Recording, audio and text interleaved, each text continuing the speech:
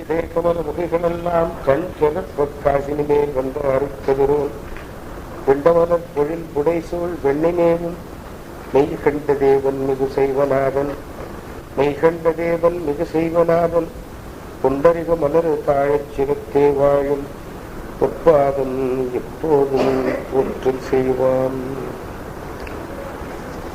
பெருமதிக்குரிய பெரியவர்களே, தாய்மார்களே, சென்ற வெள்ளிக்கிழமை அன்று 72 பாடல்கள் வரைக்கும் பார்த்தோம். கடைசியாக பார்த்த 3 பாடல்களிலும்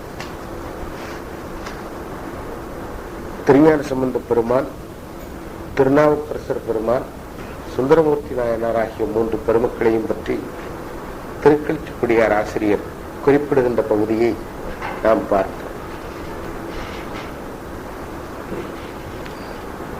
இன்றைக்கு பார்க்கிற பாடல் மாணிக்கவாசக பெருமானுடைய வரலாற்றை நினைவுறுத்துகின்ற பாடல். ஒன்றை நினைவில் வைத்துக் கொள்ள வேண்டும்.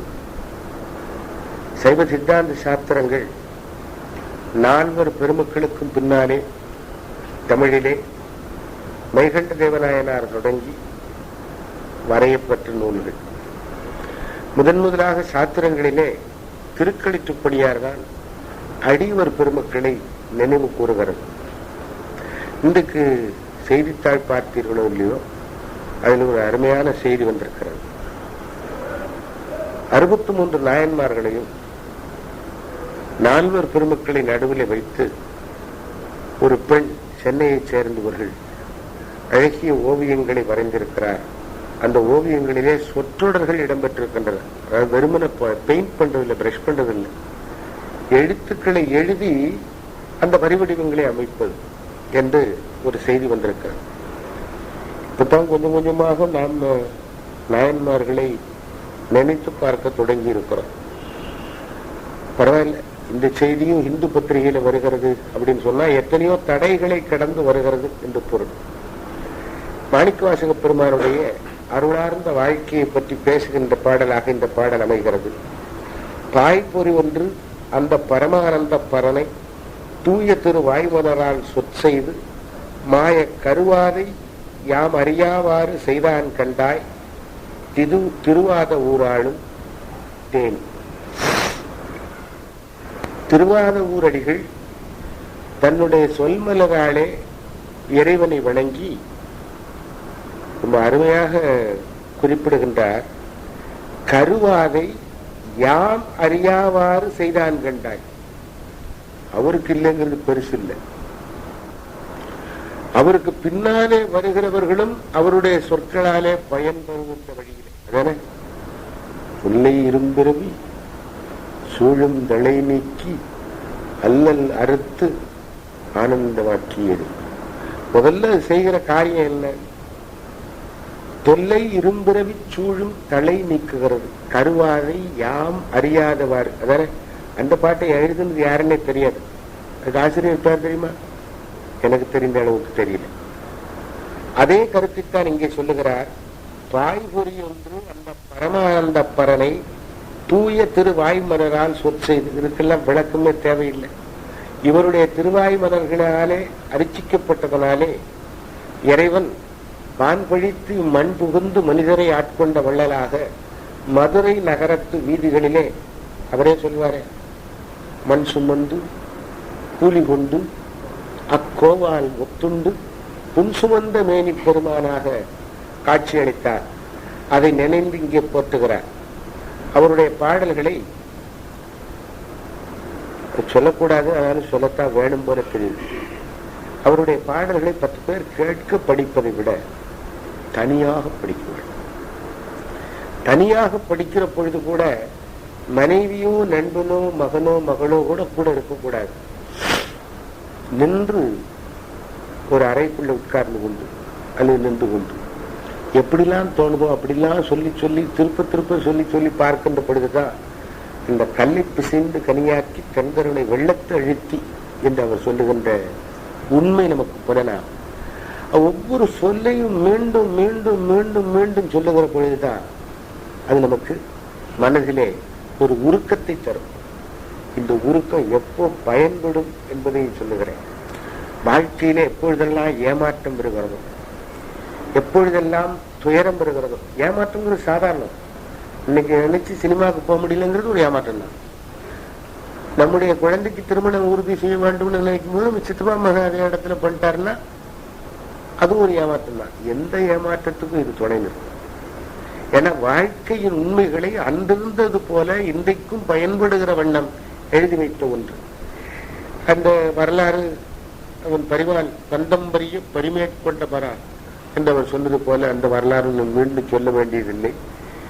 ஒன்று மட்டும் இங்கே நினைவுபடுத்தினார். கருவாதை யாம் அறியாதவாறு செய்தான் கண்டார்.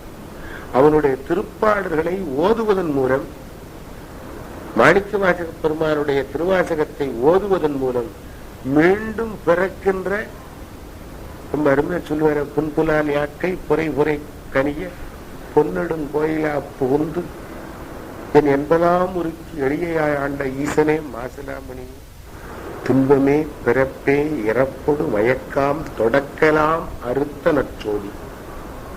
இவ்வளவு சொல்லிட்டு துன்பத்துக்கு அப்புறம் வேற இன்பம், இன்பமே அவனை கூறுகிற போது இன்பமே என்று சொல்லுவார். அப்போ துன்பமும் பிறப்பும் இறப்பொடு மயக்கும் இந்த தொடக்கெல்லாம் அறுத்து இன்பத்தை வழங்குகின்றார். இறைவன் வழங்க வேண்டும் என்றால் அதற்கு வழி திருவாசகத்தை நீங்கள் எல்லாம் ஓதுவது போல. எனக்கு அது கொடுத்து வைக்கல. இன்னொன்னு சொல்றேன், நால்வர் நான்மணி மாலைன்னு ஒரு நூல் இருக்கு. என்னுடைய ஆசை அது. இந்த நால்வர் நான்மணி மாலையையும் நாம் பாடம் படிக்க வேண்டும், அதையும் பாராயணமே செய்ய வேண்டும். அதுல திருவாசகத்தை பற்றி எவ்வளவு பெருமையாக சிவபிரகாச சுவாமிகள் சொல்லுகிறார் என்பது நமக்கு விளங்கும்.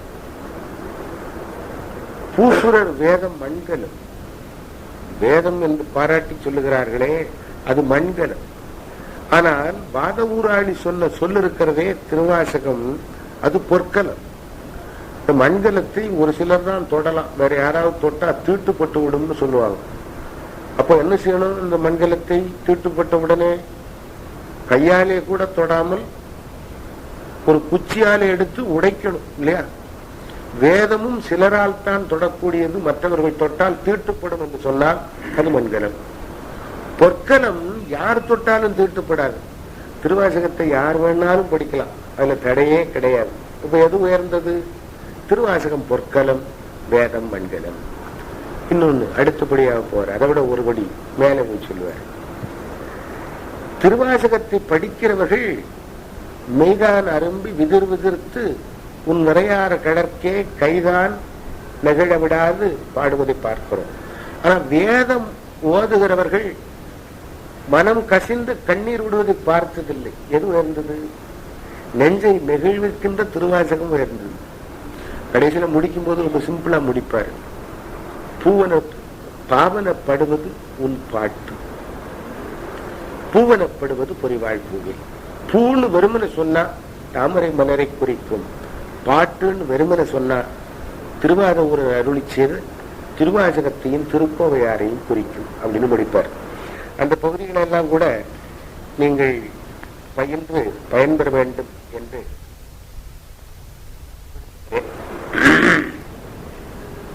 74வது பாட்டு பெரும்பகுதி சிவஞானிகளுடைய செயலை பற்றி சொல்லுகின்ற பாடல்கள்.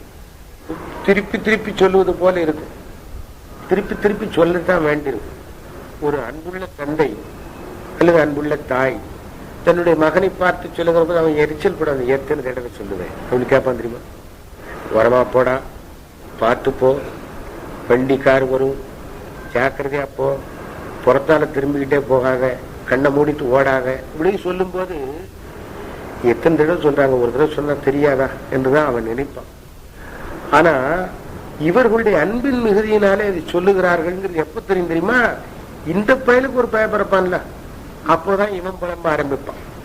ஆக நம்மேலே வைத்த கருணையினாலே திருக்களிற்றுப்படியாருடைய ஆசிரியர் ஒரே கருத்தை பல்வேறு முறைகளிலே சொல்லுகிறார். ஏதாவது ஒண்ணு புரிஞ்சுக்கிறாரா, ஏதாவது ஒன்றை பற்றி கொள்ள மாட்டார்களா என்று இறைவனுடைய திருவடியில் அழுந்தி தன்னை இழந்து விடுவதை பற்றி பலவாறு சொல்லுகிறார். எந்த பாடல் உங்களுக்கு மனது கேட்கிறதோ அதை பற்றி கொண்டால் போதும், மற்றவற்றை விட்டுவிடாது. ஒரே கருத்து தானே. அம்மையிலும் இம்மையிலும் அச்சம் தவிர்த்து அடியார் எம்மையுமாய் எங்கும் இயங்குதலால் மெய்மை சிவயோகமே யோகம், அல்லாத யோகம் அவயோகம் என்றே அறி. ஒன்றே ஒன்றுதான் உலகத்திலே பொருந்துவது என்று சொன்னால் சிவனோடு பொருந்தி இருக்கின்ற யோகம் ஒன்றுதான் யோகம். நமக்கு அவருக்கு யோகம் அடிக்குன்னு சொல்றது தெரியுமா? எல்லாம் பொருந்தி வருகிற காலம் என்ற பொருளிலே சொல்லுகிறோம். இந்த சிவக யோகம் ஒன்றுதான் யோகம். மற்ற யோகங்கள் எல்லாம் அவயோகம் என்றே அறி. இதுல எல்லாத்தையும் சேர்த்துக்கணும். நீங்க அஷ்டாங்க யோகம்னு போல இருக்க, அதை சிவபெருமானை தலைவனாக கொள்ளாமல் பயிலலாம். இறைவனை எம்பெருமானை தலைவனாக ஏற்றுக்கொண்டு அவன் திருவடியை அடைவதற்கு இதை உபாயமாக கொள்வது என்பது ஒன்று. இன்னொன்று அட்டாங்க யோகத்தை யோகத்துக்காகவே பயில்வது. அது இல்லை, இறைவனை முன்னிலைப்படுத்தி அவனுடைய அடியானாக ஆவதற்கு நம்மை தயார் செய்து கொள்வதற்காக உள்ளதுதான் எந்த யோக நிலையம். கர்மயோகம், ஹடயோகம், பல உண்டதுல எந்த யோகமா இருந்தாலும் அது சிவயோகமா இல்லை என்றால் அவயோகம். சிவயோகமாக இருக்க வேண்டும் என்றால் என்ன? இறைவனை தலைவனாக ஏற்றுக்கொண்டு அவனுடைய திருவடி நிழலில் அடங்கி நின்று அவனை உடையவன் என்றும் நம்மை அடிமை என்றும் சிவயோகிகள் இருப்பார்கள். அதனாலே அவர்கள் சிவபோகம் துய்ப்பார்கள். எப்படி சொல்றாரு? இந்த அச்சம் என்கின்ற ஒன்று இருக்கிறதே, இதுதான் நம்முடைய இன்பத்தை எல்லாம் தூளாக்குவது. நினைச்சு பாருங்க, ரொம்ப மகிழ்ச்சியோட இருக்கிற நேரத்திலையும் கூட இந்த மகிழ்ச்சி நம்மை விட்டு போய்விடக் கூடாதே என்ற அச்சம் ஒரு ஓரத்தில் இருக்கும். அந்த அச்சம் இன்பத்திலும் இருக்கும், துன்பத்திலும் இருக்கும். துன்பத்திலும் நிறைய இருக்கும், இன்பத்திலும் ஒரு ஓரத்துல இருந்து தலகாடிட்டே இருக்கும். ஆக இம்மையிலும் மறுமையிலும், அப்புறம் மறுமைக்கும் மேலே போன பரமுத்தி நிலையிலும் கூட எங்கும் இருக்கின்ற அச்சத்தை தவிர்த்து அடியார் அனைவரையும் ஆட்கொள்ளுகின்ற பெருமான் அவனோடு பொருந்துகின்ற மெய்மை சிவயோகமே யோகம். அது அல்லாத யோகம் அவயோகம், பயன் இல்லாத அவமே. தவமே புரிந்திலேன் அப்படின்னு சொல்லுகிற பாட்டுல அவமே புரிந்துன்னு சொல்லுவார்ல, அது போல தேவையற்ற பயனற்ற விழலுக்கு நீரிழித்தது போன்ற யோகம்தான் அது என்று இதிலே சொல்லுகிறார். திருவாசகத்தில கூட அச்சந்தவிர்த்த சேவக என்பதை நினைவுபடுத்தி உரையாசிரியர் இதிலே குறிப்பிடுகின்றார். 75வது பாடல். மன்னன் அருள் எவ்வண்ணம் மானுடர் பால் மாணவக அன்ன வகையது அரண் அருள். இறைவனுடைய அருள் எத்தகையது? அது ரொம்ப எளிதான உதாரணம் காட்ட வேண்டும் என்றால், இந்த ஆசிரியர் காலத்திலே மன்னவர்கள் வாழ்ந்ததினாலே மன்னவர்கள் எப்படி அருள்வார்களோ அதுபோல்தான் இறைவனும் அருள்வார். என்னில் அடியவரே எல்லோரும் ஆங்கு அவர்தான் ஒப்பில் அடியவரே எல்லாம் அறி. ஒரு நுட்பமான கேள்வியை எழுப்புகிறார். மன்னனை போன்றவன் இறைவன். அப்போ நமக்கு ஒண்ணு தெரியும், உலகத்து மன்னர்கள் எந்த நேரமும் ஒன்று போல இருக்க மாட்டாங்க இல்லையா? ஒரு நேரம் எது மகிழ்ச்சி தருகிறதோ அதுவே மறுநேரம் அவனுக்கு கோபத்தை தரும். இது அரசருக்கு பிடிக்குமே என்று ஒருவன் அவ்வாறே ஒழுகுகிறான் வைத்துக் கொள்ளுங்கள். வாழ்க்கையில் எத்தனை இடம் பார்க்கிறோம். நீங்க அரசரை வைக்க வேண்டாம். இந்த உலகத்துல இன்றைக்கு பல்வேறு பணியில ஈடுபட்டிருப்பவங்களுக்கு அது தெரியும். இவருடைய மேலதிகாரிகளுக்கு சந்தோஷம் தரும் என்று கருதி இவர்கள் ஒரு காரியம் செய்வார்கள். அதே காரியம் அவனுக்கு கோபத்தை கொண்டு வந்துடும். இவன் கொடுப்பான், கொடுத்த பிறகு பறிப்பான். ஏன் பறித்தான்ங்கிறது தெரியாது, மீண்டும் ஏன் கொடுத்தான்ங்கிறதும் தெரியாது. அப்படித்தானே மன்னன். அப்ப மன்னன் அருள் போலத்தான் இறைவன் அருள்னு சொன்னா அவனும் அவனுடைய எண்ணம் போல நடந்து கொள்ளுவானா அப்படிங்கிற ஒரு கேள்வி வரும். அடுத்த கேள்வி, மன்னவன் இப்படியெல்லாம் நடந்து கொள்வது சரி, அவன் மனிதன். ஆனா இறைவன் அருளே வடிவானவன். சக்திதன் வடிவேதனில் தடையிலா ஞானமாகும், அருளது சக்தியாகும் அருந்தனக்கு அப்படிலாம் சொல்றோம்ல. ஆற்றல், ஆற்றலும் அருளோடு கூடிய ஆற்றல். இந்த அருளோடு கூடிய ஆற்றல் எல்லாரையும் ஒன்று போல பார்த்து எல்லாரையும் ஒன்று போல ஈடாற்ற வேண்டாமா? இது நல்ல கேள்வி. சொக்கநாத வெண்பால இதையே வேறு வேறு விதமாக குருஞான சம்பந்தர் கேட்பார். எல்லாம் வல்ல சித்தர்னு பேரு, எல்லாம் வல்ல சித்தர் தானையா. பக்குவம் உடைய ஆன்மாக்களுக்கு மட்டும் முத்தி அருளுவதுன்னா எல்லாருக்கும் அது ஒண்ணும் கடினம் இல்லை. பக்குவம் உடைய முத்தி அடைதான். நீ கெட்டிக்காரனா இருந்தா என்ன செய்யணும்? நீ எல்லாம் வல்ல சித்தனாக இருந்தா என்ன மாதிரி மிக மோசமானவனுக்கும் நீ முத்தி விடுவோம், அல்லது என்னையும் அதற்கு தகுதியுடையவனாக ஆக்கணும். அப்ப நீ மன்னவன் எப்படி சிலரை நட்பு கொண்டும் சிலரை பகைத்தும் சிலருக்கு அருள் புரிந்தும் சிலரை தண்டித்தும் நடத்துகிறானோ அது போல உன்னையும் சொன்னா நீ வெறுப்பும் விருப்பும் உடையவனாகிறாய். வேண்டுதல் வேண்டாமையிலான் என்பது உனக்கு பொருந்தாது. எல்லா உயிர்களையும் ஒன்று போல பார்த்து அவற்றுக்கு அருள் பாலிக்காவிட்டால் உன்னுடைய உயர்வுக்கு என்ன? அதைத்தான் வைத்துக் கொண்டு கேள்வியை கேட்பது போல பதிலை தருகிறார். மன்னவன் சிவஞான சித்தியார்ல இதையே எடுத்து வேற மாதிரி தருவார். இறைவன் அறக்கருணை மரக்கருணை என்ற இரண்டையும் காட்டுகிறான் உயிரினத்திலே. அவன் அறக்கருணை காட்டுகிற பொழுது அது குளிர்ச்சியாக இருக்கிறது, இன்பமாக இருக்கிறது. அதை நாம் வரவேற்போம். நாம் தவறு செய்கின்ற பொழுது இடித்து வரை நிறுத்துகின்ற கடமை அவனுடையதாகிறது.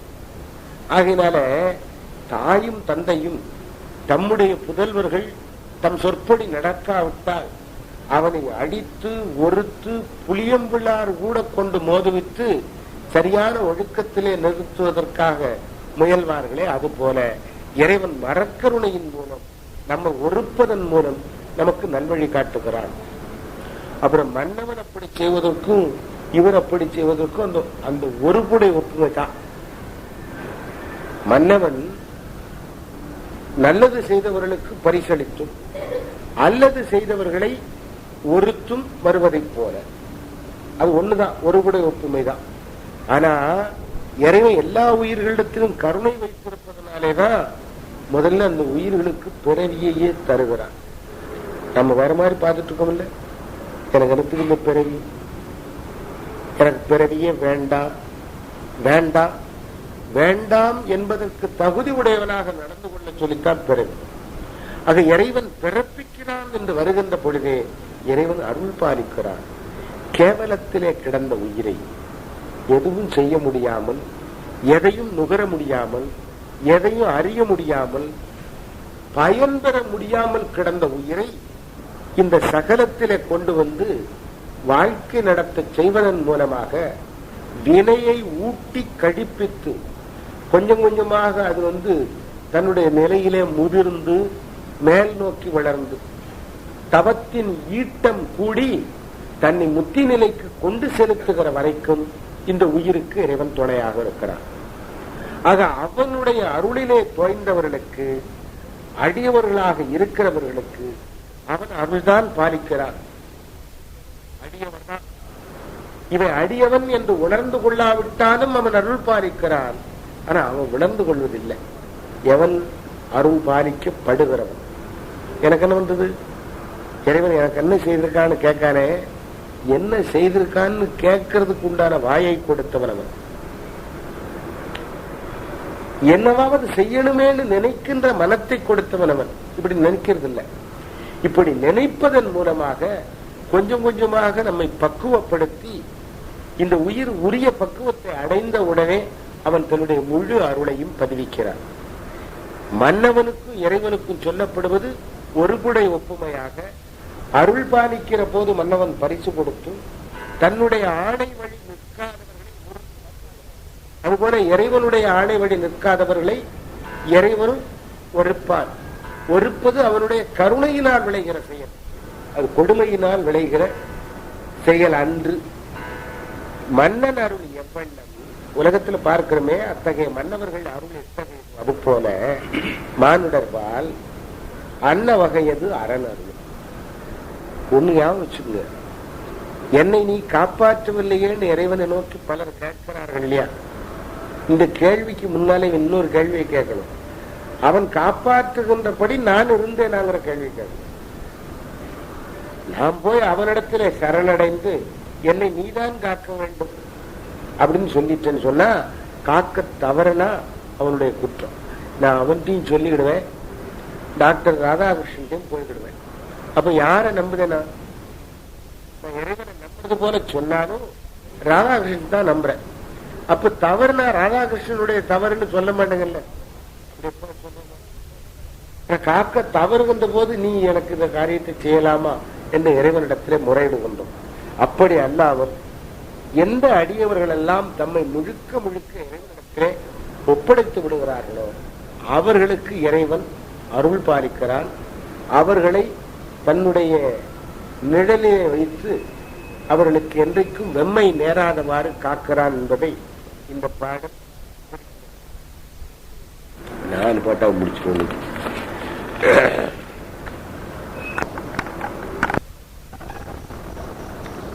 பண்டை மறுவண்டரத்த பசுந்தேன் ஞானம் பரிந்தொழுக சிவகந்தம் பரந்து நார கண்டவர் இதய கமல முகிகளெல்லாம் கண் திறப்ப காசினி மேல் வந்த அருக்கதிரோம் பிண்டமலர் பொழில் புடை சூழ் வெண்ணைமேவும் மெய்கண்ட தேவன் மிகு செய்வநாதன் மெய்கண்ட தேவன் மிகு செய்வநாதன் குண்டரிக மலர தாழச் சிரத்தே வாழும் பொற்பாதம் எப்போதும் போற்றல் செய்வான். பெருமதிப்புக்குரிய பெரியவர்களே, தாய்மார்களே, உங்கள் அனைவருக்கும் என்னுடைய பணிவான வணக்கம். சென்ற முறை 75வது பாடல் வரைக்கும் பார்த்தோம். தபால் ஆபீஸ்ல வேலை பார்க்கிறவங்களுக்கு எல்லாம் ஒரு பழக்கம் உண்டு. என்னைக்காவது ஒரு நாள் இடையில லீவ் வந்துச்சுன்னா மறுநாள் என்ன கிழமையா இருந்தாலும் அவன் திங்கக்கிழமை தான் நினைப்பான். மற்ற அலுவலகம் மாதிரி இல்லாம தபால் ஆபீஸ்ல மட்டும் ஞாயிற்றுக்கிழமை ஒரு நாள் தான் லீவு. ஒரு 10-12 நாள் ஆண்டு முழுவதுக்கும் விடுமுறை வந்தது அப்படின்னா நேற்று விடுமுறையில இருந்த ஞாபகத்துல மறுநாள் வெள்ளிக்கிழமையா இருந்தாலும் சரிதான், புதன்கிழமையா இருந்தாலும் சரிதான், நீ திங்கக்கிழமைங்கிற ஞாபகம் தான் எங்களுக்கு எல்லாம் மேலும். அது மாதிரி வெள்ளிக்கிழமை தான் இங்க கூடுவது என்பது நினைவுக்கு வருது. இன்னைக்கு பல பேர் நினைவுக்கு வரலன்னு சொன்னா அவர்களை நாம் குற்றம் சொல்லி பயனில்லை, மாற்றிக்கொண்டது நம்முடைய குற்றம். ஆகையினால வந்து எல்லாரும் அமர்ந்ததுனால ஒரே ஒரு பாடலாவது பார்த்து விட்டால் வந்தவர்களுக்கு நிறைவு. ஒன்றுக்கு மேற்பட்ட பாடலை பார்த்து விட்டு போனோம்னு வைங்க, வராதவர்களுக்கு என்ன நிறைய 4-5 பொழிச்சு கொள்ளுக என்று அவர்கள் எண்ண தோணுது. ஒரே ஒரு பாடலை 75வது பாடலை இன்றைக்கு பார்த்து விட்டு மீண்டும் வெள்ளிக்கிழமை 76வது பாடலை இன்றைக்கு பார்த்து விட்டு மீண்டும் வெள்ளிக்கிழமை, அதை நீங்க நினைவுச்சுங்க தயவு செய்து, மீண்டும் வெள்ளிக்கிழமை கூடி அதன் பிறகு இந்த பாடலிலிருந்தே தொடங்கலாம் என்று கருதுகிறேன். உடம்புடைய யோகிகள் தாம் உற்ற சிற்றின்பம் அடங்க தம் பேரின்பத்து ஆற்றில் தொடங்கி முளைப்பதும் ஒன்றில்லை, முடிவதும் ஒன்றில்லை, இழைப்பதும் ஒன்றில்லை இவர். நம்முடைய சமய தத்துவங்களை நினைவில் வைத்து பார்க்கிற பொழுது உடம்போடு கூடி இந்த உலகத்திலே வாழுகிற பொழுதே முத்தி நிலை கைவர பெறும் என்பதை சைவ சித்தாந்தம் ஏற்றுக்கொள்ளுகிறது. வைணவர் ஏற்றுக்கொள்வது இல்லை, அது உங்களுக்கு தெரியும் நினைங்க. அவர்கள் விதேக முக்தி ஒன்றைத்தான் கொள்ளுகிறார். உடம்பிலிருந்து உயிர் நீங்கி ஸ்ரீவைகுண்டத்திலே போய்த்தான் முத்தி நிலையை பெற முடியும். ஸ்ரீவைகுண்டம்னா நம்ம சிதம்பரனார் மாவட்டத்தில் ஸ்ரீவைகுண்டம் இல்லை, பரமபதத்திலே சென்றுதான் உயிர்கள் முக்தி அடைய முடியும் என்பது அவர்களுடைய கொள்கை. இதற்காகத்தான் அவர்கள் ஒரு பழக்கம் வைத்திருக்கிறார்கள். அவர்களுடைய சமய ஆச்சாரியர்கள் யாராவது திருநாடு அலங்கரித்தால், பரமபதம் அடைந்தால், அவர்களை கபால மோட்சம் அடைந்ததாக கருதி தேங்காயை கொண்டு அடிப்பார்கள். அவர்களுடைய பழக்கம். விதேகம், தேகத்தை விட்டு உயிர் நீங்கிய பிறகு முக்தி. எல்லாத்திலையும் ஒத்து போகாத 2 பேருக்குள்ள இதுல ஒரு ஒத்த கருத்து. சங்கராச்சாரியாருக்கும் சைவ சித்தாந்தத்துக்கும் ஜீவன் முக்தர்கள் உண்டு என்ற கொள்கை உண்டு. ஆனா அவர்கள் கூறுகிற ஜீவன் முக்தி வேற, நாம கூறுகிற ஜீவன் முக்தி வேற. 2 சொல்ல அளவில் ஒன்று. இதுக்கு மேல இன்னொன்று போடணும்னா எங்க அத்தா லேசில் விட மாட்டாங்க. 12ஆம் சூத்திரத்துக்கு மாதவ சிவஞான முனிவர் கண்ட பொருள் வேறு, சிவாகிர யோகிகள் கண்ட பொருள் வேறு. அதனால மாலர நேயம் மலிந்தவர் வேடமும் ஆலயம் தானும் அரணனத் தொழுமே என்பது சிவன் முக்தருடைய நிலையை பற்றி பேச வருகின்ற இடம்தான். அதைத்தான் இங்கே கூறுகிறார் தெளிவாக. இன்னைக்கு அதிகமாக பேப்பர்ல அடிபடுகிற ஒரு செய்தி ஒன்று உண்டு. ரஜினிஷ்னு ஒரு சாமியார், அவரை பற்றி பாதி உண்மை பாதிக்கு மேல கற்பனை. இப்படிப்பட்ட செய்திகள் பரவலாக இருக்கின்றன. அது நீங்க படிச்சிருப்பீங்க. அந்த ஆளு அநேகமாக இன்றைக்கு யாரெல்லாம் அந்த ஆன்மீக உலகத்துல புகுந்து உடனே 24 மணி நேரத்துல ரிசல்ட் தாரேன்னு சொல்றானோ அவங்க எல்லாருமே அநேகமா வாணிகம் தான் செய்யறாங்க. அதே மாதிரி வாணிகம் தான் ரஜினிஷ் செய்தார். ஆனா அவர் சொன்ன சில கருத்துக்கள் சரியான அடிப்படையிலே சொல்லப்படாதமையினாலே மக்களாலே தவறாக புரிந்து கொள்ளப்பட்ட. சைவ சித்தாந்தம் மட்டும் இல்லை, தொல்காப்பியம் முதற்கொண்டு இதைத்தான் சொல்லும். ஒருவனுக்கு ஒரு பொருளிலே வெறுப்பு ஏற்படும், அதை அவன் என்னதுன்னு இனங்கண்டு ஒதுக்கி விடும். அதுவே தெரியாமல் அவன் வச்சிருக்கிற வரைக்கும் என்ன செய்யணும்னு கேட்டீங்கன்னா, எனக்கு அது எப்படி இருக்குங்கிற நினைப்பே இருக்கும். வேண்டாம் அப்படின்னு ஒதுக்குற நிலை வருகின்ற போது அது முறையாக இளைஞனாக இருந்து இல்லறத்தில் ஈடுபட்டு அதன் பிறகு துறவுகளை எழுதி இவ்வாறு இருப்பது தொல்காப்பியமே சொல்லும். சிறந்த தன் மனைவியோடு இறந்தது பயிற்றல் சிறந்தவன் பயனே அப்படின்னு சொல்லுவார். அப்படித்தான் நடக்கணும். அப்படி நடப்பது ஜீவன் முக்தர்களை பொறுத்த அளவில் உலகத்தில் இருக்கிறார்கள். உலகத்தில் உள்ள மக்களைப் போலவே வாழ்கிறார்கள். இவர்கள் குளிப்பது போல அவர்களும் குளிக்கிறார்கள், உண்ணுகிறார்கள், குழந்தை குட்டிகளோடு வாழுகிறார்கள். இப்படி பார்த்து கொண்டே இருப்போம். ஆனா அவர்களுக்கு உடம்பையோ மனதையோ இந்த உலகம் தொடுவது இல்லை. செம்மலர் நோன்றாள் சேரல் ஒட்டா அம்மலங்கழி அன்பருடுமறி மாலர நேயம் மலிந்தவர் வேடமும் ஆலயந்தானும் அரணனத் தொழுமே என்று சொல்லப்பட்ட அந்த நிலையை அடைந்தவர்கள் நம்ம ரொம்ப எளிதாக நினைவுக்குன்னா ஒண்ணு வச்சுக்கலாம். நம்முடைய சமயாச்சாரியர்கள், நம்முடைய அருளாளர்களாக நாம் வணங்குகின்ற திருத்தொண்ட தொகை பேசுகின்ற அடியார், இவர்களெல்லாம் அப்படித்தான் வாழ்ந்தார்கள். ஆனா தபசில் கண்ட சொத்துக்களுக்காக வாழவில்லை. அல்லது தன்னுடைய மகனையோ மகளையோ தாத்தாவையோ பாட்டனையோ நினைத்து அவர்கள் வாழவில்லை. வாழ்ந்ததே பிறருக்காக வாழ்ந்தார், பிறருக்கு வழிகாட்டுவதற்காக வாழ்ந்தார். எனவே அவர்கள் இந்த உலகிலே இன்பம் பெற்றார்களா?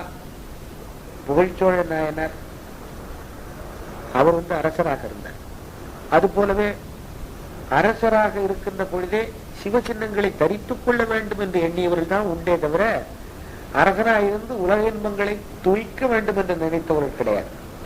எனவே அவர்கள் துய்க்கின்ற இன்பம் அவர்களுக்காக அல்ல, அவர்கள் அதிலே தொடக்கூறுவதில்லை. இதைத்தான் இந்த பாடல்ல எடுத்து சொல்லுகிறார். 3 நிலையாக பிரித்து கொண்டு பேசுகிறார். உலகத்திலே உள்ள இன்பங்களை, சிற்றின்பம்னு சொன்ன உடனே ஒன்றை மட்டும் மனதில் வைத்துக் கொண்டு மற்றவற்றை விட்டுவிட வேண்டும்ங்கிறது இல்லை. உணவு அருந்துவது அதுவும் ஒரு வகையான இன்பம் தானே, உடல் நோக்கி இன்பம் தானே. அந்த உணவு வேண்டாம்னு சொல்லணும், அதையும் கூட சமயத்துல, அது எந்த சமயம்னு சொல்ல வேண்டாம். ஒரு அடியவர் இருந்தார், அவருக்கு யாராவது உணவு சமைத்து விடுகிறார்கள், அவர் ஐயம் ஏற்றுத்தான் உண்பது வழக்கம். அவர் ஐயம் ஏற்று உண்பதற்காக யாருடைய வீட்டுக்காவது போனா அவர்கள் போடுகிற சாப்பாடு இருக்க அதுல சாம்பலை குழைத்துக் கொள்வாராம்.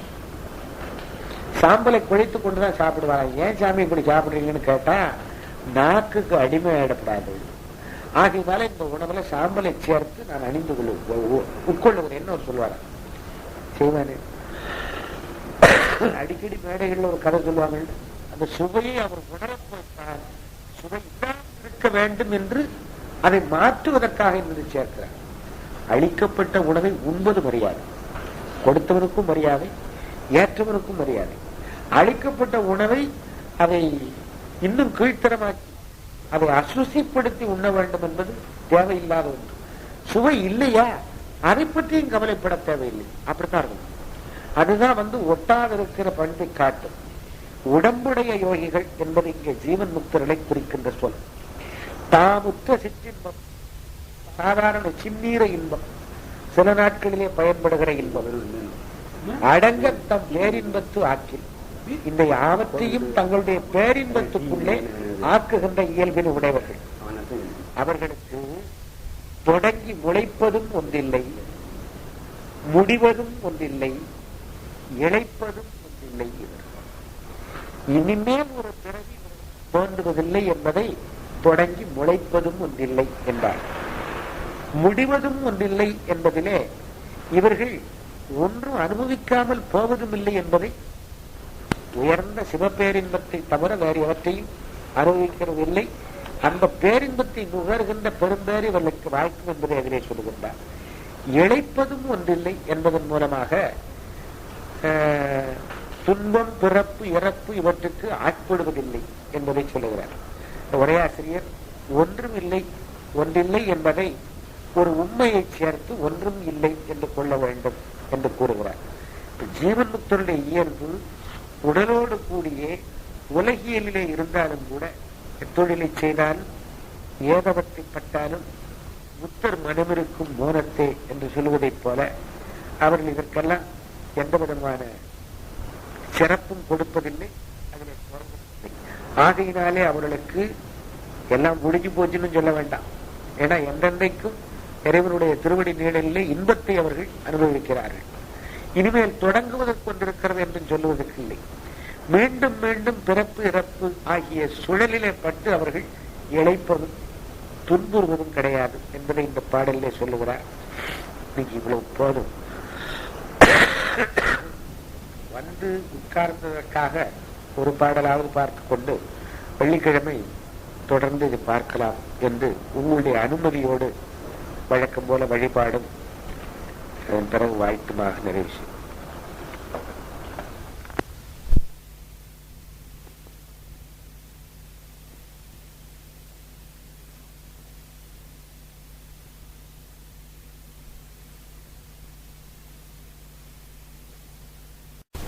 சிவபந்தம் பரந்துனார கண்டவரி இதய கமலம் திகழெல்லாம் கண் திறப்ப காசின் மேல் வந்த அருட்கதிரும் கும்பமலர் பொழில் குடை சூழ் வெள்ளினேமும் மெய்கண்ட தேவன் மிகு செய்வநாதன், மெய்கண்ட தேவன் மிகு செய்வநாதன், புன்பறிவ மலர் தாழ் சிறுத்தே வாழும் பொற்பாதம் எப்போதும் போற்றல் செய்வான். பெரியோர்களே, தாய்மார்களே, உங்கள் அனைவருக்கும் என்னுடைய பணிவான வணக்கம். வீட்டை விட்டு 6:25 மணித்துளிகளுக்கு புறப்பட்டு நகர பேருந்தில் 7 மணிக்கு இடம் கிடைத்தது.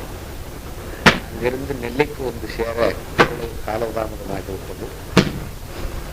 எனவே என்னை அருள் கூர்ந்து மன்னிக்குமாறு கேட்டுக்கொள்கிறேன்.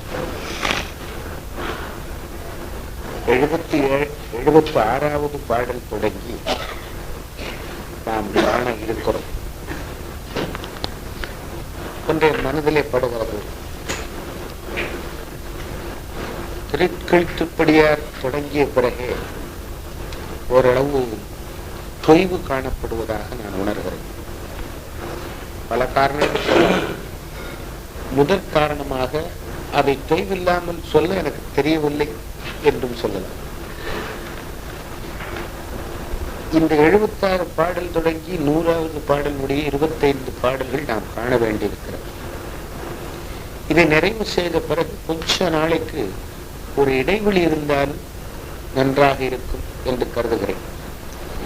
அதுபோக இன்னொரு கருத்தை உங்களோடு பகிர்ந்து கொள்ள விரும்புகிறேன். திங்கட்கிழமை தோறும் ஒரு 2-3 வாரங்களுக்கு நாம் சந்திக்கக்கூடும் என்று திட்டமிட்டிருந்தபடி சூழ்நிலைகள் எனக்கு இடம் கொடுக்கவில்லை. இன்றைக்கு மாலையிலே அத்தான் திருவாளர் வைத்தியநாதன் அவர்கள் என்னோடு பேசுகிற போது என்னுடைய குரலில் இருந்த சோர்வை அவர்கள் உணர்ந்திருப்பார்கள் என்று நான் நம்புகிறேன்.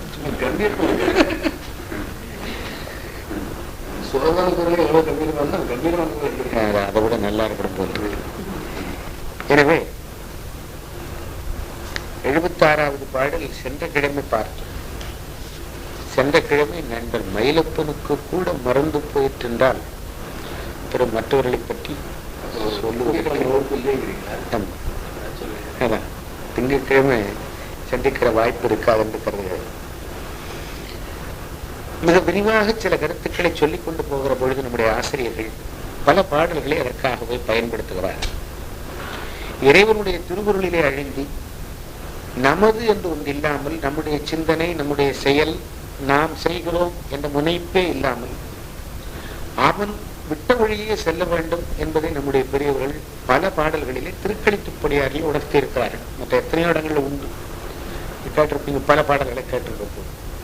இதை நினைத்த உடனே நம்முடைய மனதில் ஒரு கருத்து தோணும், இது பெரிய காரியம் இல்லையே, இறைவன் விட்ட வழி என்று நம்மாலே இருந்து விடலாம் அல்லவா அப்படின்னு நம்ம நினைக்கலாம். ஆனா அவர்கள் ஏன் இது வலியுறுத்தி வலியுறுத்தி கூறுகிறார்கள் என்றால், தன்முனைப்பு என்பது அவ்வளவு எளிதிலே அடங்கக்கூடிய ஒரு காரியம் என்று நான் சொல்லுகிறேன் என்று நான் கருதுகிறேனே, நான் சொல்லவில்லை. இறைவன் அவ்வாறு திருவுருள் பாலிக்கிறான், அதனாலே என்னால் சொல்ல முடிகிறது. வேற ஒன்றும் வேண்டாம். 7:30 மணிக்கு இங்கே வர வேண்டும் என்பதுதான் என்னுடைய ஆர்வம். 6 மணிக்கு 5:45 எங்களுக்கு அலுவலகம் முடியும். மற்ற அலுவலகங்களை போல அல்ல, போஸ்ட் ஆபீஸ்ல வேலையை முடிச்சுட்டு தான் வெளியே விடுவாங்க. நண்பர் மயிலப்பன் வரணும்னு சொன்னா அக்கௌண்ட் டேலி ஆகலைன்னா வர முடியாது. எங்களுக்கு அப்படி இல்லை, 5:45 கதவை பூட்டலாம். பூட்ட முடியாமல் போகிற நாட்களும் உண்டு. இன்றைக்கு அப்படிப்பட்ட ஒரு நாள். 6:05 தான் எங்களுடைய அலுவலகத்தை பூட்ட நேர்ந்தது, பல சூழ்நிலை. 6:05 வீட்டுக்கு வந்து 20 மணித்துளிகள் பயன்படுத்தி எனக்கு சிற்றுண்டி அறிந்து விட்டு புறப்பட்டு வந்து விட்டா போகிற வண்டிகள் இருக்கின்றதை தவிர வருகிற வண்டிகள் எல்லாம் சந்திப்போடு நின்று விடுகின்றன. சரி, கடைசியில ஒரு 4 சி எங்களுக்கு வழக்கமாக கிடைக்கும். அது இன்னைக்கு அதுவும் பிந்தி வந்தது. நல்ல வேளையாக அதை இடம் பிடித்தால் அது தச்சநல்லூரிலே போய் புதுப்பத்தின் சொல்லுவான், வாகையடி முக்கில் அது வந்து குடி போட்டதடான்னு ஒரு பாட்டு எழுதும். அது மாதிரி தச்சநல்லூர்ல போய் குடி போட்டு கொஞ்ச நேரம், அதுல ஒரு 10-15 நிமிஷம். இந்த ஒன்றை நிறைவேற்ற முடியவில்லை. இது கூட நாம் நினைத்தபடி நடக்கவில்லை. இதுவே நடக்கலன்னு சொன்னா எத்தனை காரியம் நடக்காமல் போவதற்கு நாம் எவ்வளவு மனம் நொந்து முனைப்பிற்கு போய்த்தான் அது வருது. அது அவளை எளிதிலே கைவருவதில்லை என்பதனாலே மீண்டும் மீண்டும் சொல்லுகிறார்கள். உடம்புடைய யோகிகள் தான் உற்ற சிற்றின்பம் அடங்க தம் பேரின்பத்தாக்கில் தொடங்கி முளைப்பதும் ஒன்றில்லை, முடிவதும் ஒன்றில்லை, இழைப்பதும் ஒன்றில்லை இவர் என்ற பாடலை போன வாரம் பார்த்தோம். இந்த பாடலிலே ஆண் ஜீவன்முக்தி அடைந்த நிலையிலே உள்ளவர்கள் தங்களுடைய பிறவியை அறுத்துக் கொள்வதற்கு எல்லாவற்றையுமே இறைவன் ஆணையாக கண்டு அவன் திருவடி நிழலிலே ஒன்றுபட்டு இருக்கின்ற தன்மையினாலே அவர்களுக்கு இனிமேல் வருகின்ற பிறவியும் இல்லை, இதோடு முடிந்து போகிறது என்று சொல்லுகின்ற வினைகளும் இல்லை. பிறந்து பிறந்து இறந்து இறந்து இவர்கள் இழைப்பதும் இல்லை என்று இந்த பாடலிலே சொல்லுகிறார். அது போன வாரம் பார்த்தோம். அது லேசா நினைவுபடுத்தி விட்டு 77வது பாடலை தொடங்குகிறேன். பேரின்பமான பிரம கிழத்தியுடன் ஓரின்பத்துள்ளானே உள்ளபடி பேரின்பம் கண்டவரே கண்டார், கடல் உயிர்த்த இன்னமுதம் உண்டவரே உண்டார் சுய. யார் வீட்லயாவது சாப்பிட்டுட்டு சாப்பாடு எப்படி இருந்ததுன்னு கேட்டா, சுவையான சாப்பாடு நண்பர் மயிலப்பன் தருகிறார், தேவாமிர்தமா இருந்தது தம்பி அப்படின்னு சொல்றேன். தேவாமிர்தத்தை நானும் உண்டது கிடையாது, அவரும் உண்டது கிடையாது. நான் சொன்ன உடனே அவருக்கு ஒரு திருப்தி, அண்ணாச்சி நம்மகிட்ட சாப்பாட்டை பாராட்டிட்டாரு, மிக உயர்ந்ததுன்னு சொல்லிட்டாரு. நாங்கள்லாம் இதை கேட்டு மட்டுமே தேவாமிர்தத்துக்கு பொருளை தெரிந்து கொண்டிருக்கிறோம். ஆனா உண்மையில சுவை கண்டவர்கள் யார்? இன்னமுதம் உண்டவர்கள் தான் அதன் சுவையை கண்டவர்கள். அதனுடைய சுவையை காணாமல் பிறர் பாராட்டி சொல்லுவதை கேட்டு திடீர்னு ஒரு வீட்டுக்கு போறோம், அந்த வீட்டை ரொம்ப அழகாக அலங்கரித்து வைத்திருக்கிறார், தேவலோகம் போல இருந்தது சார் அப்படின்னு சொல்றோம். இதெல்லாம் கேட்டு கேட்டு சொல்லுவது. ஆனா இறைவனும் இறைவியுமாக கலந்திருக்கின்ற திருமேனியிலே பேரின்பம் கண்டவரே கண்டார். அவனோடு தன்னை இணைத்துக் கொள்வதன் மூலம், அவன் திருவருளிலே அமிழ்ந்து நிற்பதன் மூலமாக இறைவனுடைய திருவருளை அனுபவிக்க பெற்றவர்களே உள்ளபடி பேரின்பம் கண்டவர்கள். அல்லாதவர்கள் கண்ட பேரின்பம் எல்லாம் முன்னுறதுல சொன்னார குற்ற சிற்றின்பம் சொல்லி அதோடு முடிந்து போகும். உங்கள் மனதில் வைத்துக் கொள்ளுவோம், சிற்றின்பம் என்பது ஏதோ ஒன்றை மட்டும் குறிக்கும் என்று கொள்ள வேண்டும். எதெல்லாம் நிலைத்த இன்பம் தராது வச்சுக்கோமே. நான் காரவரிச்சி அருணாச்சல கச்சேரியை வரிசையா போட்டுட்டே இருக்காங்க, கேட்டுட்டே இருக்கேன். ஒரு 2 மணி நேரம் ஆன உடனே அதை கொஞ்சம் ஆஃப் பண்ணுங்களேன்னு சொல்லுவேன். ஒரு அளவுதான், அதற்கு மேலே முடியாது. அது ஒன்று. இன்னொன்று, இன்பம் தொடங்குங்கால் இன்பமாக தோன்றி அது முடியுங்கால் துன்பமாக முடிவதொன்று. வாழ்க்கையில நாம காணுகிற எல்லா இன்பங்களும் அதான், அதுல எந்த விதமான வேறுபாடும் இல்லை. வேடிக்கையாக ஆங்கிலத்திலே ஒன்று சொல்லுவார், 2 பேர் காதலிக்க தொடங்குகிற பொழுது ஒரு இளவரசனும் ஒரு தேவதையுமாக காதல் புரிய தொடங்குகிறார்கள். 40-50 ஆண்டு கழிந்த பிறகு ஒரு கிழவன் உட்கார்ந்திருப்பான், இன்னொரு கிழவி அவனோடு உட்கார்ந்திருப்பாள் அப்படின்னு சொல்லுவாங்க. எல்லாமே அப்படித்தான். எதை தொடங்கினாலும் சரிதான். இந்த உலகத்தில் உள்ள பொருள்கள் யாவும் சின்னீர இன்பம் பயன் ஒன்று. இன்னொன்று துன்பத்தோடு கலந்த இன்பமாக இருக்கு. துன்பம் இல்லாம இன்பமே கிடையாது. ஒன்று நினைவு வைத்துக் கொள்ளுங்கள். சின்ன வயசுல எனக்கு இனிப்பு பண்டங்கள் மேல ரொம்ப விருப்பம். இப்ப முன்னால இந்த பழம் இருந்தாலும் தின்பதற்கு யோசனை. ஏன்னா டாக்டர் சொல்லியிருக்காரு, நீங்க ரொம்ப ஸ்வீட், உங்களுடைய ரத்தம் ஸ்வீட், உங்களுடைய நீரும் கூட ஸ்வீட், அதனால நீங்க எந்த ஸ்வீட்டும் சாப்பிடாதீங்கன்றாரு. அதனால முதல்ல இன்பம் தந்தது எதுவோ அது துன்பம் தருகிறது. நெய் நிறைய ஊற்றி சாப்பிட முடியுமா? இப்ப உங்களுக்கு கிடைச்சாலும் சாப்பிட முடியாது. விலை எவ்வளவு இருந்தாலும் கிடைச்சாலும் சாப்பிட முடியாது. ஒரு காலத்துல எனக்கு அப்படித்தான் உண்டு பழக்கம். இப்ப அது அறவே வேண்டாம். ஆக இந்த இன்பங்கள் எல்லாம் உடலோடு பொருந்தி அனுபவிக்கின்ற இவ்வுலக இன்பங்கள் எல்லாம் இன்பமாக தொடங்கி துன்பத்தில் நிறைவுறும். அவ்வளவுதான். அப்புறம் வேண்டாம், அப்படித்தானே சொல்லுகின்ற பழக்கம். ஆக இறைவன் தன்னுடைய அருட்சக்தியோடு கூடியிருக்கின்ற அவளின் இன்பமே வடிவானவள், அவளோடு கூடியிருக்கிறவனாகவே இறைவனை காண்பது சைவ சித்தாந்தத்தினுடைய தனிச்சிறப்பு. மறந்துடவே மறந்துடாங்க. மற்ற எந்த சமயத்திலும் பெண்கள் ஒரு படி தாழ்வாகவே வைத்து பேசப்படுவார். சைவ சித்தாந்தத்தில் மட்டும் அது கிடையவே கிடையாது. சொல்லட்டுமா? உபநயனம் பண்றாங்கல்ல, அதாவது வைதிக காரியங்களிலே அதிகாரம் கொடுப்பதற்காக யஜ்ஞோபவீதம் தரித்துக் கொள்ளுகிறார்களே, பெண்களுக்கு கிடையாது. அது மாதிரி சமண சமயத்திலே துறவிகளாக பெண்களை ஏற்றுக்கொண்டாலும் கூட அந்த துறவிகளுக்கு கூட சமண துறவிகள், பெண் துறவிகள் மீண்டும் ஒரு முறை பிறந்து ஆண் துறவியாகி அப்புறம்தான் அவர்கள் முக்தி அடைய முடியும் என்று அவர்கள் சொல்லுவார்கள். அது மாதிரி பௌத்தத்திலே இருக்கிற பிக்குணிகள் பிட்சுக்களுக்கு தொண்டு செய்வதற்காகவே இருப்பதாக அவர்கள் சொல்லுவார்கள். இந்த சமய ஈடுபாட்டிலே சைவ சமயத்தை பொறுத்த அளவிலே தீக்கை முதல் படி பெண்களுக்கும் அவர்களும் ஏற்றுக்கொள்ளவில்லை. வேதத்திலையும் இந்த பெண்ணுக்கு உரிமை கிடையாது, படிக்க கூடாது என்று சொல்லப்பட்டிருக்கிறது. ஆனா வேதத்தில் சில பகுதிகள் பெண்களே கூட எழுதிய பகுதிகள் உண்டு என்றும் பேசுவார்கள். ஆக இங்கே இறைவனையும் இறைவியையும் தனியாக பேசுவதே கிடையாது. அம்மையப்பன்னு பெயர் கேட்டாச்சுன்னு சொன்னா அவங்க குடும்பத்துல யாராவது ஒருத்தர் சித்தாந்தத்துல ஈடுபாடு உள்ளவராக இருப்பாரு. யாராவது இருக்கலாம், 2-3 தலைமுறை இருக்கலாம். ஏன் தெரியுமா? திருக்களிட்டுப்படியார் எப்படி தொடங்குதுன்னு நினைவிருக்க அவங்களுக்கு? அம்மையப்பரே உலகுக்கு அம்மையப்பர் என அறிக, அம்மையப்பர் அப்பரிசை வந்தளிப்பார். ஆனா அம்மையப்பன் என்று சொன்னாலோ, தாயுமானவன் என்று சொன்னாலோ, உமையொரு பாகம் என்று பெயர் வைத்தாலோ, பாகம் பிரியாள் அப்படித்தானே, தையல் நாயகி பாகம் பிரியாள் என்று அவளை சொல்லுகின்ற பொழுதே இறைவனோடு உடனான இறைவியைத்தான் சைவ சித்தாந்தம் ஏற்றுக்கொள்ளும். அவளுக்கும் இவனுக்கும் எந்த விதமான பிரிப்பும் கிடையாது. பிரிப்பே கிடையாதுன்னா பேதம் நிச்சயமா கிடையாது. பேதமே கிடையாதுன்னு சொல்லும் போது ஒருபடி ஏற்ற இறக்கம் சொல்வதற்கு இடம் கிடையாது. அந்த கருத்தை அடுத்த பாடலிலே எடுத்து சொல்லுகிறார். நம் கையினால் நாம் அனைத்தும் செய்தார் போல் நாடனைத்தும் நங்கையினால் செய்தளிக்கும் நாயகனும். இந்த நம் கையினால் என்பது இலக்கண விதிப்படி நங்கையினால் என்று சேரும். அதனால் அதுவும் நங்கையினால், அடுத்ததும் நங்கையினால் என்றே அச்சடிக்கப்பட்டிருக்கும்.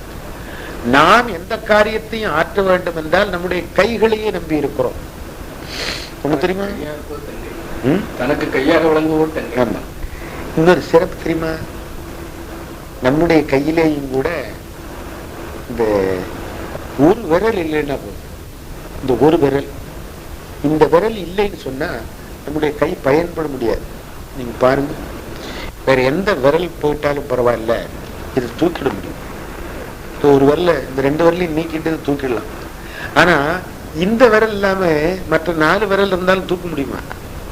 தூக்க முடியாது. அதனாலதான் அந்த கையை காட்டுகின்ற பொழுது சின்முத்திரை இப்படி காட்டுவது நம்முடைய பெரியவர்களுடைய பழக்கம்.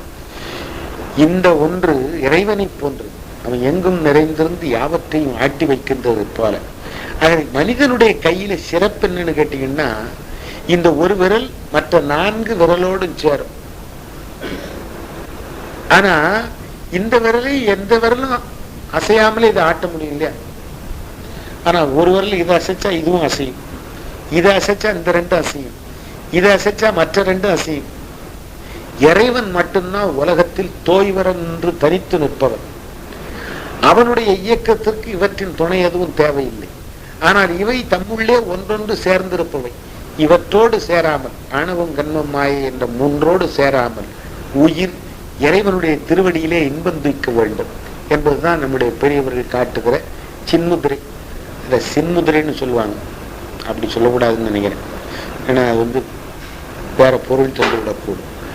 ஆக கையினாலே தான் எந்த காரியமும் செய்ய வேண்டும். காலிருந்தும் மற்ற எல்லா உறுப்புகள் இருந்தும் செயல் என்று வருகின்ற பொழுது நுட்பமாக செய்கின்ற தன்மை இந்த விரல்களுக்கு உண்டு.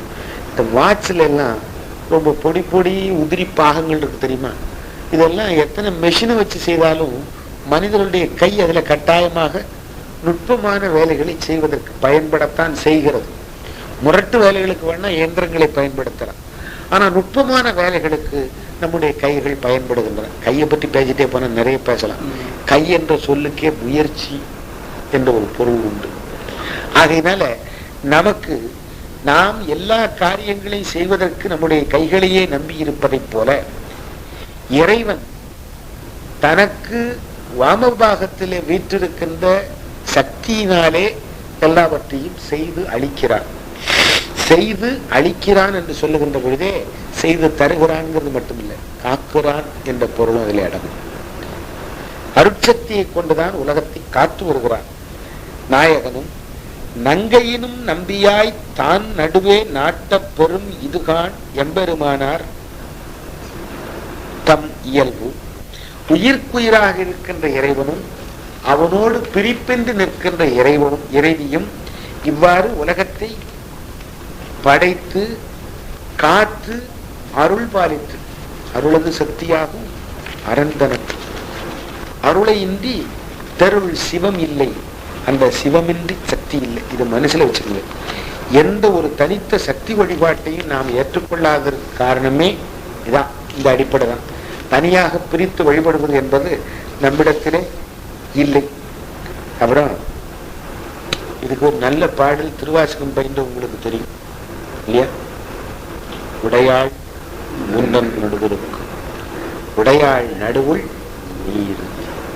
இந்த இதை நினைவில் வச்சுக்கிட்டா இந்த பாட்டின் பொருள் மாணிக்க வாசக பெருமானாலே எடுத்து கூறப்படுவதை நினைவுற்றுக் கொள்ளலாம். இன்னொன்று, இறைவன் ஒரு நிறம், இறைவி வேறொரு நிறம். பார்த்துருக்கீங்களா? நீங்க படங்கள் பார்த்துருக்கீங்களா? அந்த மாதிரி இப்பெல்லாம் படம் போடுறதில்லை. போட்டா எல்லாம் ஒன்று போல அடிச்சு தள்ளிடுவோம். இறைவியை கருநிறமாகவும் மரகத நிறமாகவும் இறைவனை செந்நிறமாகவும் காட்டுவது நம்முடைய மரபு. சிவன் எனும் நாமும் தனக்கே உடைய செம்மேனி எம்மான். இவள் அப்படி இல்லையே. இவளுடைய நிறம் சியாமள நிறம் என்று பேசப்படுகின்ற மரகத நிறம். மரகதம் பச்சை, அதனுடைய ஆழ்ந்த இது என்ன தெரியுமா? கருமை தான். அதனால யாராவது கருப்பா இருக்கிறோம்னு நினைச்சா பார்வதி தேவி போல இருக்குன்னு நீங்க சொல்லிடலாம். ஏன்னா இந்த தோலின் நிறம் முக்கியம் இல்லை, உள்ளத்தின் நிறம் தான் முக்கியம். ஆனா நம்முடைய வீட்டு சின்ன குழந்தைகளுக்கு அது புரிவதில்லை. ஆக பொன்னிறம் கட்டியினும் பூணினும் நின்றாற்போல். தம்பி கடைக்கு போறோம், அங்க வேணும்னு கேட்கிறோம், இங்க எப்படி வேணும்னு கேட்கிறாரு. 10 கிராம் வேணும் அப்படின்னு கேட்கிறோம், எடுத்து கட்டியாக தருகிறார். வந்த உடனே சொல்லுவேன், இதனால ஒரு சின்ன மோதிரம் ஒண்ணு செய்து விடுங்க, இந்த 10 கிராம். இந்த பொன்னை கொண்டு செய்கின்ற அணிகலன் இதே நிறத்தோடு தான் இருக்கும். இந்த பொண்ணுலே வேற ஏதாவது சேர்ந்து வருதுன்னு வைங்க, அப்ப அதனுடைய நிறம் மாறுபட்டு போகும். எனக்கு நினைவு வருது, என்னுடைய தந்தையார் கெம்புன்னு ஒரு கல் உண்டு தம்பி, கெம்பு கல்னு ஒரு கல் உண்டு. அது சிவப்பா கூட இருக்காது, லைட் ப்ரௌனா இருக்கும். சிவப்புல லைட் ப்ரௌன் கலந்தது மாதிரி இருக்கும். எங்க அப்பாவுக்கு ஒரு ஆசை, இந்த கல் நிறத்துக்கே ஒரு மோதிரம் செய்யணும். அப்படின்னா என்ன பண்ணணும், கூட கொஞ்சம் செம்பு சேர்க்கணும். செம்பு மிகுதியாகவும் தங்கம் குறைவாகவும் செய்து ஒரு மோதிரம் போட்டிருந்தாங்க. அந்த பொன் நிறம் அது கட்டியாக இருக்கும் போது சரி, அல்லது அணிகலனாக செய்யப்பட்ட பிறகும் சரி, அந்த நிறம் தான் இருக்கும். நின்றாற்போல் அந்நிறம் அண்ணலும் அம்பிகையும் செந்நிறத்தள் எந்நிறத்தளாயிருப்பன் எங்கள் சிவபதியும் அந்நிறத்தனாயிருப்பன். அந்த அவ எப்படி நிறத்தோடு இருக்கிறாளோ அந்த நிறத்தோடையே இவனும் இருப்பான். இவன் எந்த நிறத்துல இருக்கிறானோ அந்த நிறத்திலேயே அவளும் இருப்பான். இவனை சிவப்புன்னு சொல்லி அவளை பச்சைன்னு சொல்லிட்டு, அப்படித்தானே? பவளவெப்பினில் மரகத கொடியுடல் விளங்கும் அப்படின்னு சேக்கிழார் பெருமான் சொல்லுவார். வெள்ளி வெறுப்பில் இருக்கிறாங்க, பவளமாக இவன் தோன்றுகிறான், அவள் மரகத கொடியாக தோன்றுகிறாள் அப்படின்னு சொல்றாங்க. அப்ப இவங்க 2 பேருக்கும் மாறுபாடே இல்லைன்னு சொன்னா நிற மாறுபாடு என்னது? நிற மாறுபாடும் கிடையாது. 2 பேரும் ஒன்றுதான். எதனாலே ஒன்று? பிரிப்பின்றி நிற்கின்ற இவர்கள் இவள் வழியாக காணுகின்ற போது அவன் பச்சையாத்தான் தெரியுமா, அவன் வழியாக காணுகின்ற பொழுது இவள் சிவப்பாத்தான் தெரியும். உங்களுக்கு தெரியும் நினைக்கிறேன், சிதம்பரத்துல ஒரு நடராஜ பெருமானுடைய திருமேனி ஒன்று இருக்கு. இந்த காலையில 10 மணிக்கு பூஜை நடக்கும். அதை முன்னால வச்சு, நம்ம ரொம்ப சின்னது, முன்னால வச்சு தீபாராதனை காட்டுகிற போது, அபிஷேகம் பண்ணி தீபாராதனை காட்டுகிற போது பாத்தீங்கன்னா அது பச்சையா தெரியும். அது மரகதம். ஆமா, அது மரகதம் மட்டும் இல்லை, முன்னால தீபாராதனை காட்டுகிற போது மரகதம் போல தோன்றும், பின்னால தீபாராதனை காட்டும் போது முன்னால் நிக்கிறவங்களுக்கு சிவப்பாக. எதனால அது சிவப்பு? இந்த ஒளி நடுவில் இறைவன் திருமேனி இந்த பக்கம் காணப்படுகின்ற போது நம்முடைய கண்ணு இறைவன் திருமேனியில படுகிறது மட்டும்தான் பார்க்கிறது. இந்த ஒரு தீப ஒளி பின்னால திருமேனியில படும்போது அவனுடைய வடிவமும் சேர்ந்து, அவனுடைய நிறமும் சேர்ந்து, வண்ணமும் சேர்ந்து, இல்லையா? இப்படியன் இந்நிறத்தன் இவ்வண்ணத்தன் இவன் இறைவன் என்றெழுதி காட்டோனாதே என்று சொல்லுகிற போது, இதை விட இன்னும் ரொம்ப லேசா அடிச்சிருவார் மாணிக்கவாசகர். மாணிக்கவாசகரை படிச்சாலே போதும், எந்த சாத்திரமும் அதுக்குள்ள வந்துடும். என்ன சொல்லுவாரு? நிறங்கள் ஓர் 5 உடையன், விண்ணோர்கள் ஏற்ற மறைந்திருந்தாய் எம்பெருமான். பாருங்க, கண்ணுக்கு புலப்படுறதுக்கு நிறம் இருக்கணும்.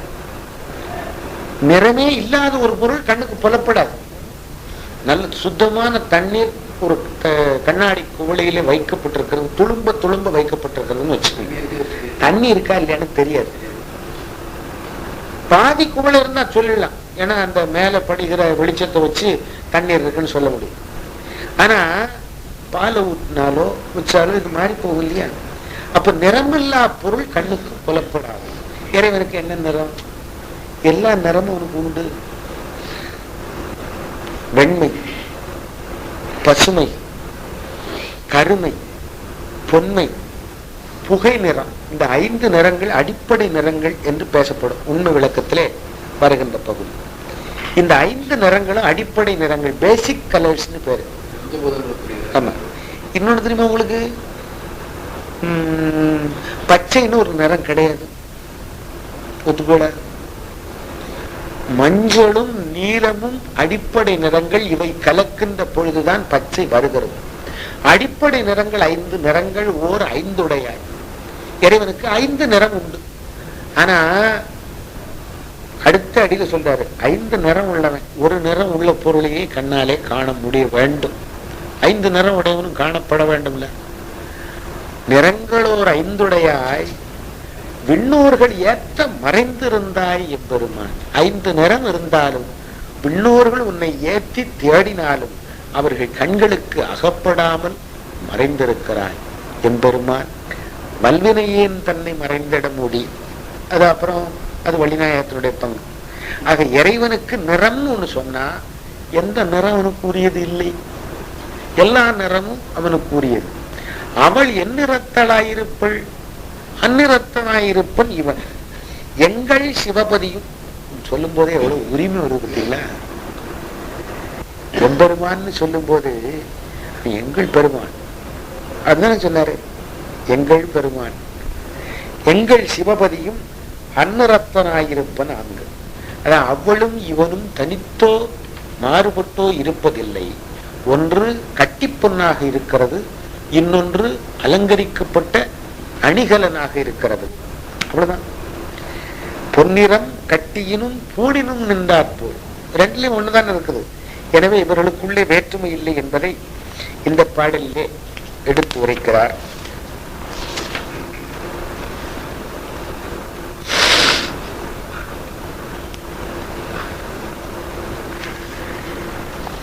எண்பதாவது பாடலிலே அதே கருத்தை மீண்டும் வலியுறுத்தி வேறொரு வகையிலே கூறுகிறார். தாரத்தோடு உண்டாவர், தாரத்து ஓர் கூறாவர், தாரத்தோடு எங்கும் தலை நிற்பர், தாரத்தின் நாதாந்தத்தே இருப்பர், நாட்டானத்தே இருப்பர், வேதாந்தத்தே இருப்பர் வேறு. இந்த இடத்துல வேதாந்தம் என்பது பிரிவுபடுத்தி சொல்லப்படுகின்ற வேறுபட்ட கருத்து என்று வைத்துக் கொள்ள வேண்டாம்.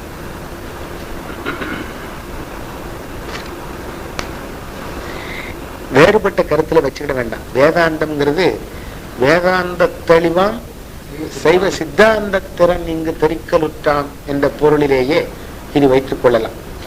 இதுல மீண்டும் மீண்டும் அம்மையை அப்பனுக்கு தாரம் என்பதை வலியுறுத்தி பேசுகிறார். குமரகுருபுரரும் மாணிக்க வாசகரும் வேற வழியில சொல்லுவாங்க. அதை தந்தை, தாய், தங்கை, மகள் எல்லாமே அவதான் அவனுக்கு. இத உலகியல் உறவுல வச்சு பேசக்கூடாது. இது ஒரே எனக்கு ஃப்ரெண்ட் கைடன்ஸ் பிலாசபர்னு ஆங்கிலத்தில் ஒரு சொற்றொடர் உண்டு, வச்சுக்கோங்களேன். நான் சொல்றேன் என்னங்க, உங்களுக்கு மிஸ்டர் வைத்தியநாதன் எப்படி அப்படின்னா, எனக்கு அவங்க நண்பர், எனக்கு வழிகாட்டி, எனக்கு அறிவுரை கூறுகின்ற நல்ல மந்திரி அப்படின்னா அதே ஆளுதான். எந்த நேரத்தில் எதுவோ நண்பனாக இருக்கிற போது நட்பு, வழிகாட்டி அறிவுரை கூறுகின்ற பொழுது, வழி நடத்தி செல்லுகின்ற பொழுது ஆசிரியர் என்ற முறையில சொல்லலாமே. அது போல இதிலே இறைவன் இறைவியோடு பிரிப்பின்றி நின்று உயிர்களின் பொருட்டு அருள் பாலித்திற்காக அவன் செய்கின்றவற்றை அவன் நீக்கமின்றி நிற்கின்ற சிறப்பினை இந்த பாடலிலே சொல்லுகிறார். வேகமா போவதில்லை, எனக்கு வேகமா போனாத்தான். ஒன்றுரைத்தது ஒன்றுரையா சாத்திரங்கள் வேதங்கள் தேடுகின்ற முடிவான பொருளாக அப்படின்னு வச்சு பொருள் எடுத்துக்கிட்டு அதுதான் வேதாந்தம் சைவ சித்தாந்தத்தை தான் இங்க குறிப்பிடுகிறாருங்கிறத. ஒன்றுரைத்தது ஒன்றுரையா சாத்திரங்கள் ஒன்றாக நின்றுரைத்து நிச்சயிக்க மாட்டாவார். இன்று உரைக்க என்னால் இயன்றிடுமோ, என்போல்வார் ஏதேனும் சொன்னால் தான் ஏறுமோ சொல். என்போல்வார் யாதேனும் சொன்னால்தான் ஏழை சொல் அம்பலம் ஏறுமான்னு ஒரு வழக்கு உண்டுல்ல. சிற்றறிவினராகிய உயிர்களாலே இறைவனுடைய இயல்பை பற்றி சொல்ல முடியாது, சொன்னாலும் அது ஏறாது. உண்மைதானே? சில பேர் படிச்சு படிச்சு சொல்லுவாங்க, நம்ம கேட்கவே மாட்டோம்னு சொல்லுவோம். ஆனா வேற சிலர் சொன்னோன்னு கேட்டுருவோம் இல்லையா? தீபாவளிக்கு 3 நாள் இருக்கும். அம்மா கேட்பா, அப்பா லேசா நினைவுபடுத்துவாங்க, என்னடா தீபாவளி வருது, அம்மா வருது அப்படின்ட்டு போயிடலாம். அம்மா சொல்லும் போது அம்மா வருது போகுது அப்படின்னு சொல்லிட்டு போயிடலாம். வீட்டம்மா சொல்லுவா, ஆமா அப்ப புடவை எடுக்க வேண்டாமா, உடனே புறப்பட்டுரும். ஆகவே யார் வழியாக வருகிறது என்பது ஒன்று. சாதாரண மக்கள் சொல்லுகின்ற பொழுது சொன்னால்தான் ஏறுமோ சொல். ஆமா, அந்த ஒண்ணுல மட்டும்தான். ஒன்றுரைத்தது ஒன்றுரையா சாத்திரங்கள். இதை விட சாத்திரங்களை பற்றி சொல்றதுக்கு வேற விளக்கமான சொற்களே ஒன்றும் தேவையில்லை. ரொம்ப நல்லா சொல்வாரு.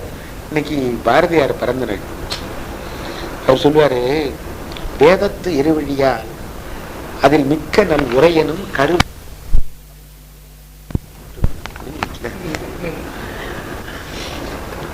சரஸ்வதி தேவியை பற்றி பேசுகிற போது சொல்லுவார், வேதத்து இருவிழியாள், வேத திருவிழியாள், 2 வகையான பொருள் கொள்ளலாம்.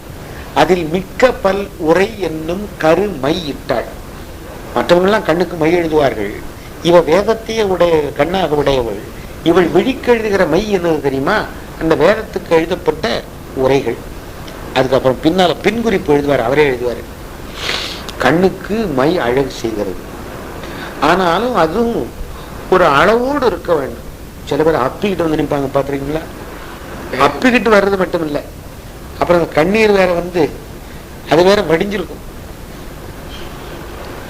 அது மாதிரி இருந்ததுன்னா கண்ணுக்கு அழகு செய்வது மட்டுமில்லாமல், அழகு தராமல் இருப்பது மட்டுமல்லாமல், அதனால கண்ணுக்கு கெடுதல் உண்டுன்னு எழுதுவார். வேதங்களுக்கு நிறைய உரைகள் வரைந்ததனாலே அது குளறுபடிகளுக்கெல்லாம் காரணமாயிற்று அப்படின்னு சொல்லுவார். அது மாதிரி ஒன்றுரைத்தது ஒன்று உரையா சாத்திரங்கள். சாத்திரங்கள் என்று எடுத்துக்கிட்டா வெவ்வேறு வகையான கொள்கைகளை தான் இந்த இடத்துல கொள்ளணும். ஒரே சமயத்தின் சாத்திரங்கள் இல்லை. சைவ சித்தாந்தத்தினுடைய ஒருமை, பொருள் ஒருமை உணர்த்துகின்ற சாத்திரங்கள் ஒன்றுரைத்தது ஒன்றுரையா அப்படின்னு சொல்ல முடியாது. சைவத்துக்கு அப்பாற்பட்டு நிற்கின்ற கூற்று புற சமயங்கள் சொல்லுவார் முனிவர். அப்படி வருகின்ற சாத்திரங்கள் ஒன்றுரைத்தது ஒன்றுரையா. திருவள்ளுவர் பற்றி ஒன்றே பொருள் எனின் அன்பென்ப, திருவள்ளுவர் மாலையில் ஒரு பாட்டு. ஒரே பொருள் தான் அப்படின்னு சொன்னா போதும். இல்லை அப்படின்னா ஒருத்தன். அன்று ஒன்றே பொருள் அன்று அப்படின்னு அடுத்தவன் சொல்றானு வேறு அப்படிமா. ரொம்ப அருமையா இருக்கும் அந்த பாட்டு. ஒன்றே பொருள் எனின் அன்றென்ப, அன்று மீன் வேறென்ப 6 சமயத்தார். வேறுன்னா ஒரு பொருள் இல்ல, வேறு பொருளும் உண்டுங்கிற பொருள் இல்ல, இன்னும் இதை விட வேறு. அது என்னடானா அதுவும் வேறுன்னா, இது என்னடானா இது வேறுங்க அப்படின்னு சொல்லுவானே, அது மாதிரி வரும். ஒன்றுரைத்தது ஒன்றுரையா சாத்திரங்கள் ஒன்றாக நின்றுரைத்து நிச்சயிக்க மாட்டார். நிச்சயமாக உறுதிப்படுத்தி இதுதான் பொருள், இவன்தான் இறைவன் என்று சொல்ல முடியாது. அப்ப எழுத்தால் சொல்ல முடியாது. வாக்கு மன அதீதம் என்று சொல்லுவது மாற்றம் மனங்கழியன் என்ற மறையோன். சரி, இதை சொல்லிட்டு இருக்கும்போது இதுதான் நினைக்கணும். நின்றுரைத்து நிச்சயிக்க மாட்டாவார். இன்றுரைக்க என்னால் என்றிடுமோ, என்னால் மட்டும் அது முடியுமா என்று பணிவோடு தெரிவித்துக் கொள்ளுகிறார். என்போல்வார் ஏதேனும் சொன்னால்தான் ஏறுமோ சொல். ஆனா சைவம் காட்டியது போல குறிப்பிட்டு இறைவனை காட்டி இவன்தான் இறைவன், அவன்தான் இறைவன் கூட சொல்லல, இவன்தான் இறைவன் என்று சொன்னதை போல இன்னொரு பாட்டு நான் பார்க்கல. ஞானசம்பந்தர் பாடினார, இவன் இவன் என்று உள்ளங்கவர் கல்வன் இவன் என்று அப்படின்னு இவன் காட்டினார்ல, அது வேற எந்த சமயத்துக்கும் கிடையாது. இதோடு இன்றைக்கு நிறைவு செய்து கொள்வோம். ஆமா.